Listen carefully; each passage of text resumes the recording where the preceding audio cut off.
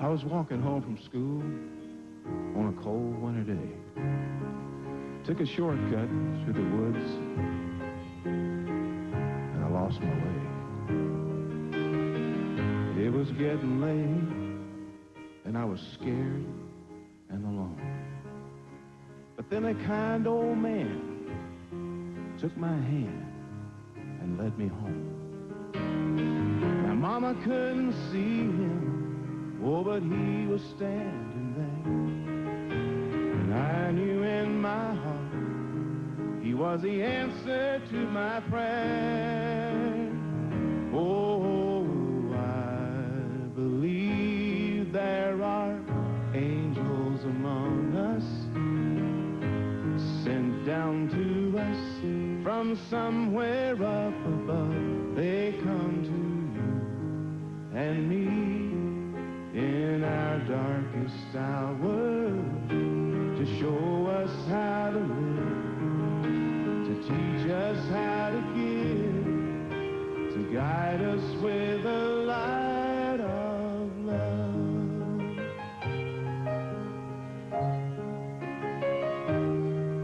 When life held troubled times and had me down on my knees, there's always been someone to come along and comfort me. A kind word from a stranger to lend a helping hand, a phone call from a friend just to say I understand. Ain't it kind of funny at the dark end of the road that someone lights the way with just a single ray of hope? Oh, I believe there are angels among us, sent down to us from somewhere up above. They come to you and me in our darkest hours to show us how to live, to teach us how to give, to guide us with a light of love. They wear so many faces, show up in the strangest places to grace us with their mercies in our time of need. Oh, I believe there are angels among us, sent down to us from somewhere up above. They come to you and me in our darkest hours to show us how to live, to teach us how to give, to guide us with a light of love, to guide us with a light of love.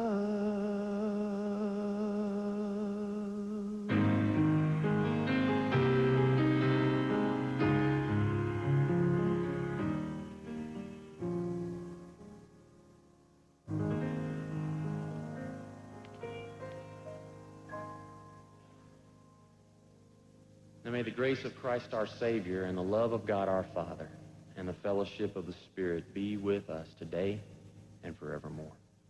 Amen.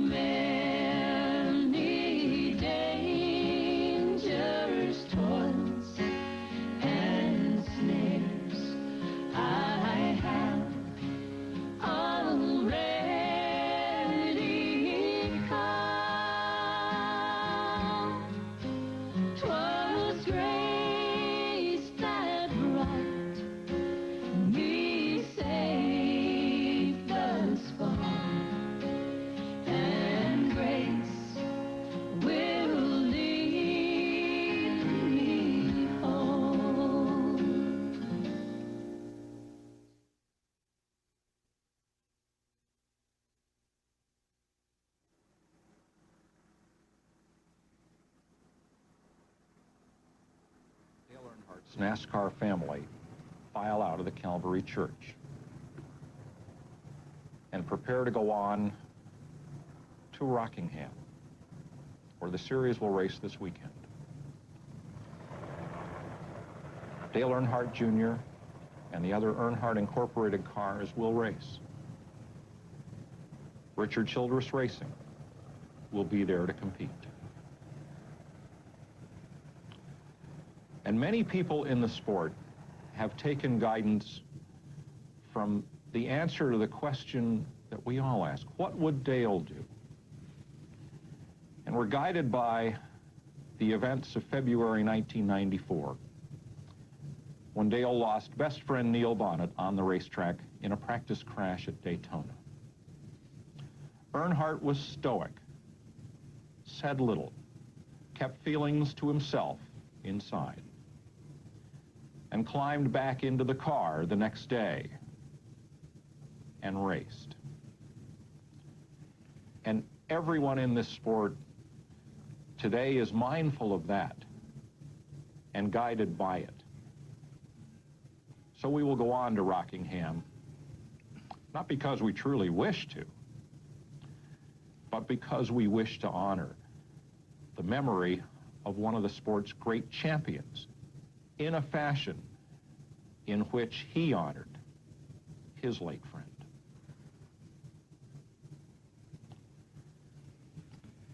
Bill France Jr. said that Dale Earnhardt Jr. was NASCAR's greatest driver. I don't think many are going to deny that. He was something. And so what do all of the rest of us do now that cared about him and cared about the sport? Well, I would suggest there are three things that we need to remember. We need to remember Dale Earnhardt in our hearts. The excitement that he created, the emotion that he stirred, his forthrightness, his directness, those eyes that at one moment could be the eyes of an avenging angel, and it would seem as if in the next moment they could be the eyes of gentleness.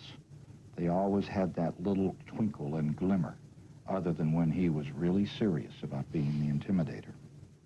So we need to remember Dale Earnhardt. And we need to remember his family. We need to remember Teresa, who was his pillar, his strength. And she has been the same for all of us since his demise this past Sunday. And we need to remember Carrie and Kelly and Taylor Nicole and Dale Jr. as they go forward and support them in any way we can. And we need to remember the extended family. Richard Childress and all those folks that work on those cars. No one ever worked for Dale Earnhardt or for Richard Childress. They worked with them, and they made that a big point.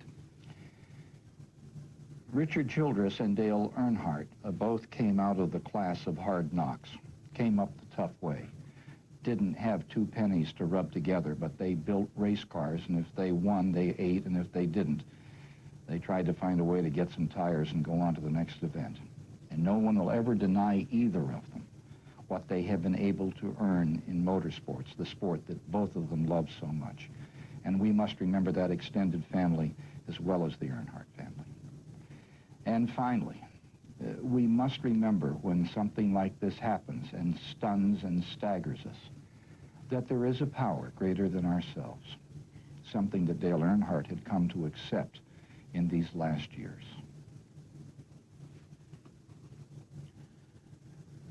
When Richard Petty retired, they were asked if his number 43 would leave the track with him. And Richard said, "It's a number. It's been with Petty Enterprises as long as I've been. It'll continue to be there. It'll continue to be carried on our cars, and we hope that when people see that number 43, that they fondly remember Richard Petty."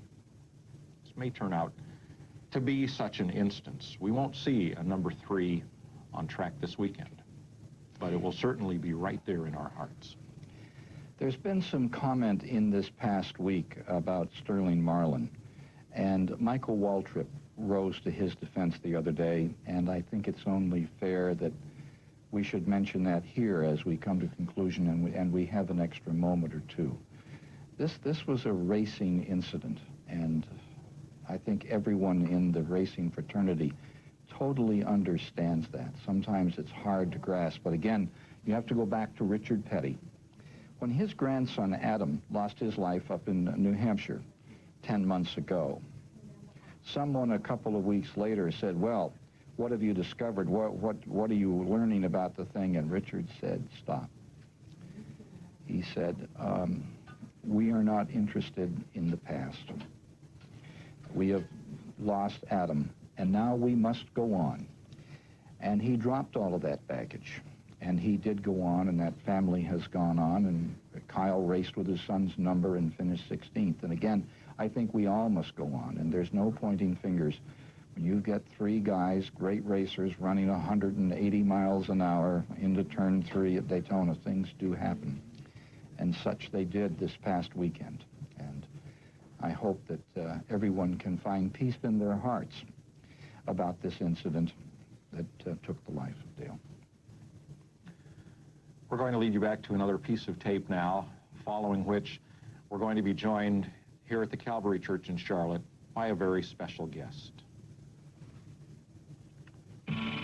Everyone knew Dale Earnhardt's public image as the Intimidator, the Man in Black, the most feared and respected man in all racing. But privately, Earnhardt was different. Dale was born to Ralph and Martha Earnhardt nearly 50 years ago in the small North Carolina mill town of Kannapolis. Ralph was a racer by trade, among the fiercest of his day. Earnhardt was NASCAR National Sportsman Champ in 1956, and young Dale wanted to follow in his dad's tire tracks, but the road to success was a rough one. Earnhardt dropped out of school early to pursue his racing dream, but it was a struggle, as was his personal life. He had a couple of marriages fail at an early age, and his world was shattered by his father's sudden death from a heart attack in 1973, just as Dale's racing career was beginning to take shape. I think the only thing or the biggest thing I ever did wrong in my life was probably not going to school, and I quit school early. So if I ask you, what's the biggest mistake you've ever made? Quit school early. That would be? Yeah. And a lot because of my education, but the biggest thing is what my dad would want me to do is finish school. As Dale matured behind the wheel, he also grew up off the track. In time, Dale became a devoted father to sons Kerry and Dale Jr., along with daughters Kelly and Taylor Nicole. Since his marriage to Teresa, the two have been nearly inseparable. Dale encouraged his kids to take up the family business. Dale Earnhardt Jr. is Texas Motor Speedway's second first-time Winston Cup winner.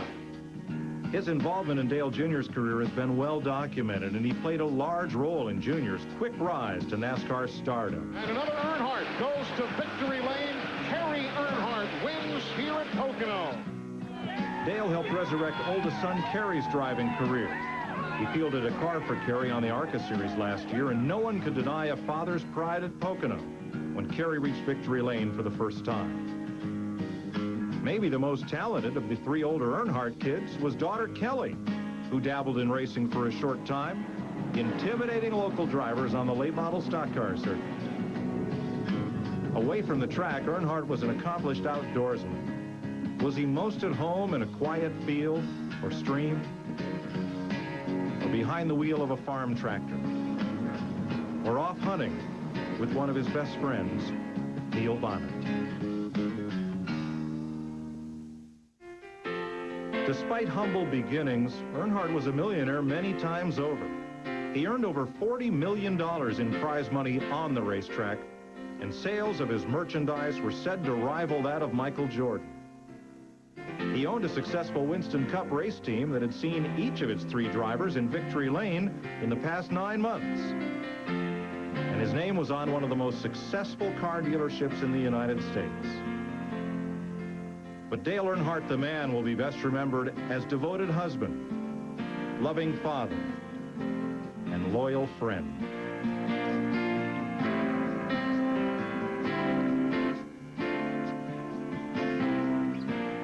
Yesterday was our day And in victory lane, I just couldn't wait. I won the race, and I was telling everybody about it, and I just couldn't wait until I got that big grab on the neck, big hug. I just knew any minute Dale was going to run in victory lane and say, that's what I'm talking about right there. But that wasn't to be. My belief is that in the twinkle of an eye, you're in the presence of the Lord. And that's where I think Dale is. Coroner Richard Childress said, Dale was my friend. We hunted and raced together. We laughed and cried together. We were able to work side by side and have the success we had for almost 20 years because we were friends first. I will miss him always. He was the greatest.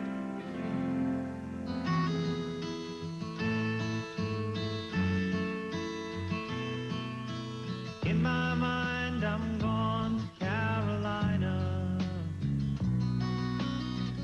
Can't you see the sunshine? Can't you just feel the moonshine? And ain't it just like a friend of mine to hit me from behind? Guess I'm gone to Carolina in my mind. Karen, she's a silver sun. You best walk her away and watch it shining. Watch her watch the morning come. A silver tear appearing now. I'm crying, ain't I? I'm gone to Carolina in my mind. There ain't no doubt in no one's mind that love's the finest thing around. Whisper something soft and kind. And hey, babe, the sky's on fire. I'm dying, ain't I? I'm gone to Carolina in my mind. Do you like who you are? Do you like Dale Earnhardt? I'm pretty happy with him today. He's a pretty straight guy. He don't make mistakes too often. He's a pretty good guy. He stays in line. He does his job. He's going to get rambunctious on the racetrack, but that's about the biggest part of it, He's not going to do anything else. What are you afraid of? Oh, my wife. Not really afraid of her. I just don't want to disappoint her. That's a real good answer. I don't want to disappoint her. Yeah. But I don't know. I've never really been afraid of anything in a race car. The fact of fire is there always, Yeah. but it's not a fear. No, And that's a concern that if there's a safety aspect of racing that I worry about, it's fire. and might know you'd have to go through somewhat of one. Well, I did, and with Elliott and the crash, and I got burned a little bit, but that wasn't a major deal. But I really never really been scared or nervous when I got in a race car. Been scared when Tim Richmond was running up across the racetrack like he's going to kill me after we wrecked in Pocono. And after you and I got into it at Richmond, I thought somebody was going to kill me. Were you scared then? I thought somebody was going to kill me then. I thought Stevie was going to get me. I thought Junior was going to get you too. Yeah, Junior was pretty mad about tearing his lightweight race car up. But that sucker did fly apart. But you go through but all is that. Dale Earnhardt, other than a race car driver, you said your wife, and I understand that perfectly. What else? Is there anything away from a racetrack? What are you afraid of? I don't know that there's really anything that I'm afraid of other than just that. Seems like I want everybody to be happy. I don't want things to come up tomorrow and somebody's unhappy. Yeah. My kids. Well, you're in the wrong business, but. Well, I know I'm talking about my kids. You got all I'm talking about, you want all you people that works for you to be happy. I'm probably not the best boss there ever was because I'm you think you're demanding? Too good-hearted in a lot of ways, and I let people run things a little bit too much sometimes when I should put my foot down. So, no, this is, we've got to stay in line here. We've got to do this. But the guys I just want everybody to be happy. How do you see yourself? How do you feel about Dale Earnhardt? A lot better. I've known you a lot for better so long. today than I did several years ago because of family, because of my life, because I think I'm a better person than I used to be. I got a great wife, a great family. Proud of my kids, all of them, I've really got it all right now. I'm racing and enjoying it. I win. I'm competitive, but my family, everything's great there. And then I have some good race teams too. My kids winning races. Kerry, my oldest son's there with us, so got grandkids. I mean, I'm having a good time. I got it all right now, Darrell. I got it all. No, you really do. I'm a lucky man. I have it all. I mean, the Lord's looked after us, I reckon. My aunt and uncle made me go to Sunday school when my daddy was racing and working, and I went to Sunday school with my aunt, and I reckon that helped a lot when I was a kid. That teaches us all a lot of values. Got me on the straight path, I reckon. We're gathered at the Calvary Church in South Charlotte, celebrating the life of one of NASCAR's great champions, Dale Earnhardt.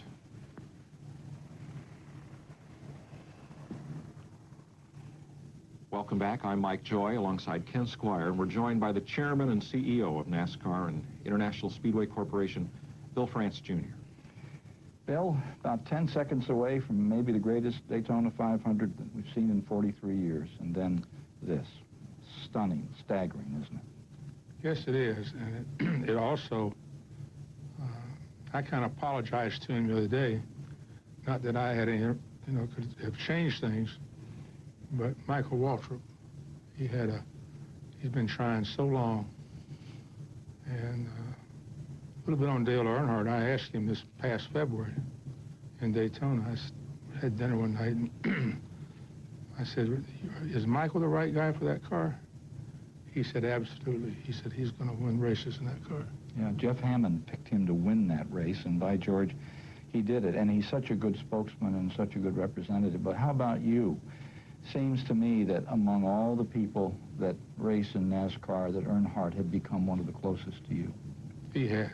And I got to know him really when he and Jeff Bodine made a kind of a this trip to Daytona. It was a trip to the woodshed, wasn't it? Well, I don't like to use that term for big boys, right. But we had to put the fire out a little bit. They were kind of banging on each other from I guess about 2-3 weeks up here in Charlotte. So I had them come down with their car owners, and I've reminded them that the sport is going to go on, whether or not they're part of it or not. It was going on before they were a part of it, and will go on afterwards, and that's the way it should be. It's going to go on after I'm gone and after the two of y'all are gone. So that's the way life is, and I think Dale accepted that at that time. It wasn't just the next race was all as important. And then we'd wind up fishing from time to time down in the Bahamas. He got up early in the morning, and so did I. It's like we'd be sitting on the dock about 4:30 in the morning, shooting the breeze about motorsports, about where it was going, and about what needed to happen, what the obligations to from the competitors are to the sport and to the fans. And as the sport has grown in importance, and this certainly Dale's funeral and the associated media coverage with that has shown that there's motorsports has received more coverage over this. It's not something that we want, but shows what kind of a hero that NASCAR drivers have become to the American public and the worldwide community, for that matter. So, but you never asked Dale to do anything to promote the sport. I never did. That he didn't respond, in a heartbeat. And there are others too that do that. And it's one of my jobs, and Mike Helton's job now, is to try and make sure that we bring the new drivers along and let them appreciate the responsibility that they have. People don't sit up in the grandstand and cheer for them for nothing. They want to see a good race. They also want to see them off the racetrack being a good spokesman for the sport, and they in turn support their sponsors and everything else. You went off on these fishing trips together, and do I understand that you'd have contests in the middle of the contest? You or he would go and change the rules and kind of play with one another back and forth like that? Well, I'd whip him every time in that because I had a lot more experience in changing rules. In changing rules, right. He talked in this piece that we just saw before you joined us about fire. And in 1964, when Fireball Roberts was lost, That was a time when the sport did make some major changes, and it was the time of Sachs and McDonald up at Indianapolis. Do you see that this may be a period of change again in NASCAR? I'm not sure at this stage in the game. There's certainly a lot of focus on his accident and what else was involved in it. And it's a little premature, I think, for me to start speculating. But NASCAR's always had a focus on safety. We get a little bit criticized from time to time, and people got to remember that it's usually over the drivers. And we sympathize totally, and losing any driver is bad enough. But there's somebody else sitting there, too, that's equally as important and maybe more important. And that's the race fan, John Q. Public. And so whatever we do, i.e. softballs or anything else, has got to also take that into consideration. Got to take in consideration how quick can you get the facility going again, because you people aren't going to stay around there till midnight every night waiting on us to get a race over with. Well, some of us would. Well, there's a lot more than just meets the eye, yeah. You know. And you got to sit back and take a look at it. So, you know, that's where I need to leave that today, as of today, anyway. You've got some good people now with Mike Helton and those folks that are looking after this. It would seem to me that when you stepped up or did your lateral here, that the people you put in place seem to share that concern. Well, I think so. I think, and we've got a lot more people working today than we ever had 5 or 6 years ago. And the spotlight shines on us a lot brighter, too. So we got to have enough people to put the shield up in front of our eyes. You know. Bill, how hard will it be to go to Rockingham this week? Well, you'll be going there with mixed emotions. I'm sure it'll be pretty dramatic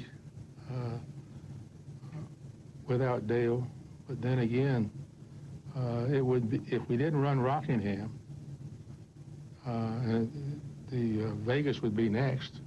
It'd be the same thing there for the first race. So I think Rockingham is the show has to go on, and it'll be tough, and but we're going to have an appreciation for him there. Has anything ever hit you harder? Yeah, not in a long time. I was real close to Fireball. You mentioned him earlier, Fireball Roberts, and Joe Weatherly. Yeah. And as a rule, I don't get that close to the drivers for this very reason. Now and then, some of them just jump out and grab you, you know, yeah. And Earnhardt was one of those. And I don't make any apology for it either.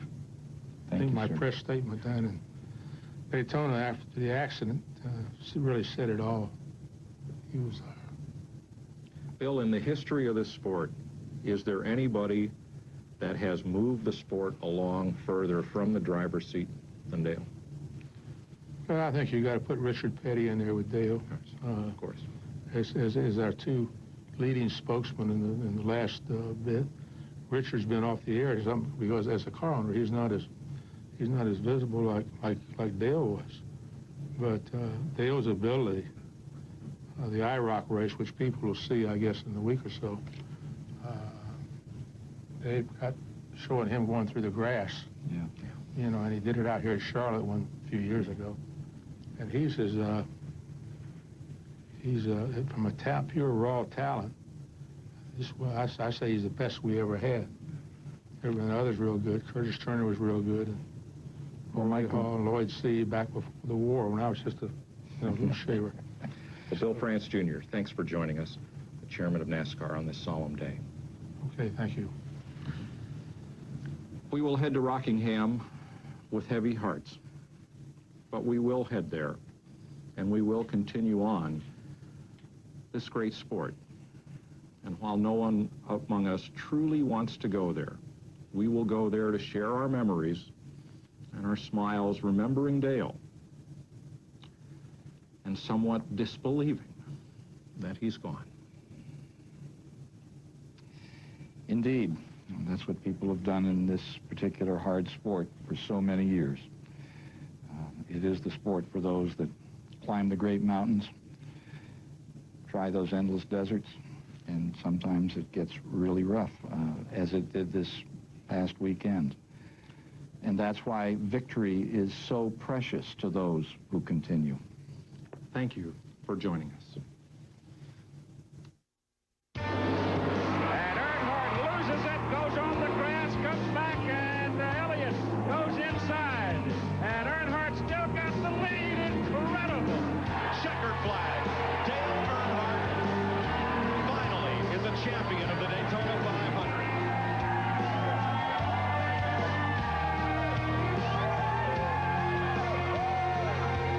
I hope you never lose your sense of wonder. You get your fill to eat, but always keep that hunger. May you never take one single breath for granted. God forbid love ever leave you empty-handed. I hope you still feel small when you stand beside the ocean. Whenever one door closes, I hope one more opens. Promise me that you'll give faith a fighting chance. And when you get the choice to sit it out or dance, I hope you dance. I hope you dance. I hope you never fear those mountains in the distance. Never settle for the path of least resistance. Living might mean taking chances, but they're worth taking. Loving might be a mistake, but it's worth making. Don't let some helping heart leave you bitter. When you come close to selling out, reconsider. Give the heavens above more than just a passing glance. And when you get the choice to sit it out or dance, I hope you dance. It's a will and constitution. I hope you dance. So long. I hope you dance. Wants to look back on their youth and wonder where those years have gone. I hope you still feel small when you stand beside the ocean. Whenever one door closes, I hope one more opens. Promise me that you'll give faith a fighting chance. And when you get the choice to sit it out or dance,